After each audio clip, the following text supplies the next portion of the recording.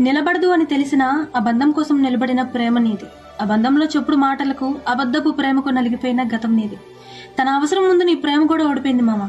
ఇంత చేసినా తనని ఒక్క మాట కూడా అనని గొప్ప మనసు నీది. తన కోసం ఇంకా నిరీక్షిస్తున్న తపన నీది. నాకు మాత్రమే తెలిసిన నువ్వు పడుతున్న ఆవేదన ఇది.